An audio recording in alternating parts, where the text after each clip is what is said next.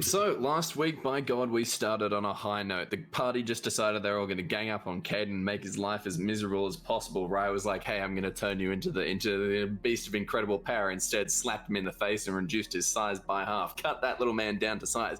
Jace, being the absolute bastard that he is, decided not to use Counterspell, which was also pretty rude. Scar, I'm pretty sure, hasn't learnt Counterspell and then also just didn't use it. That's pretty rude. Just wasn't a spell.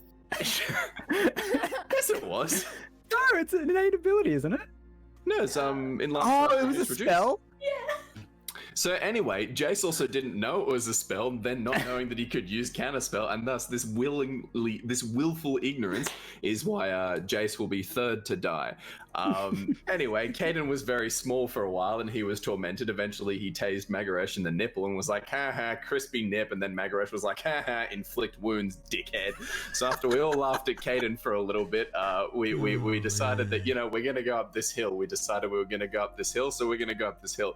Visualize, actualize. That was our plan of attack. So we montage going up the mountain. We were like, da da da da da da da. We're up the mountain. Anyway, the mountain was cold as heck. It's dangerous. Funnily enough, snow is really bad for you if you get afflicted by a lot of it really quickly. Anyway, speaking of getting afflicted by a lot of snow really quickly, the party was starting to feel this exhaustion. Trudging through all of this snow was kind of wearing on us, so we decided, hey, we're really tired. We're going to sit in a cave. However, over the past week of us climbing this mountain, we were starting to hear all these roars. Not the funky roars that originally drew Rye around, very non-verbal druid, to the summit of this mountain. Other roars. Funky roars, not so funky roars. Anyway, we decided to bunker down the cave and we were like, man, this cave's pretty cool. Let's stay in here for a bit until we heard more roars and we were like, hey, we probably can't stay in this cave for a bit. It's time to fight. So we decided to go outside, leaving Raya there because, you know, Raya's lazy and was also a bear and can exude a lot of heat to keep the two little people that we had with us warm. The two little people...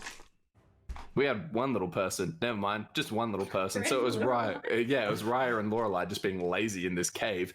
And then Jace was like, you know what? You guys are trapped in there forever, and used Mold Earth to trap them in there forever, except with a little window, because it was more for their own protection than it was to seal them in forever. Anyway, turned out the roars were Yetis. We decided to fight some Yetis, and by God, that did not go well. Except when Magaresh was like, haha, inflict wounds, dickhead number 2, electric boogaloo, and decided to just absolutely murk this tiny Yeti. The big Yeti did not take this as a very nice action, perceived it as somewhat of an aggressive gesture, and decided to sneeze on us. Remember how I was like, snow is really bad for you if afflicted by a lot of it really quickly? Well, Thomas was afflicted by a shit ton of it in a really short amount of time. Anyway, he crit failed this save on this goddamn amazing cone of cold, absolute buggery, and was turned into a popsicle and was then flung, you know, just couple of feet back. I don't know. I didn't picture him sailing that far. But anyway, he died. He died real quick, and you win some, you lose some. We then got really angry at this Yeti, decided that we were going to commit revenge and kill the Yeti as well. One murder for another murder. It's how it works.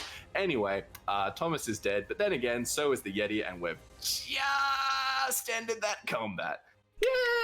All right. Now we get to find out if Magaresh, the obvious cleric of the group, has a diamond to cast Revivify. Okay, Josh, you forgot the Christmas lights on the display. Ooh, yeah. Oh, I tried, also but they weren't forgot. picking up. Oh, that's not the one. This one. For one glorious moment, Bobby was both hella big and hella fast. The only thing that would have made Bobby any scarier was being affected by Fly as well. Yes, hella big, hella fast, hella crushing shit.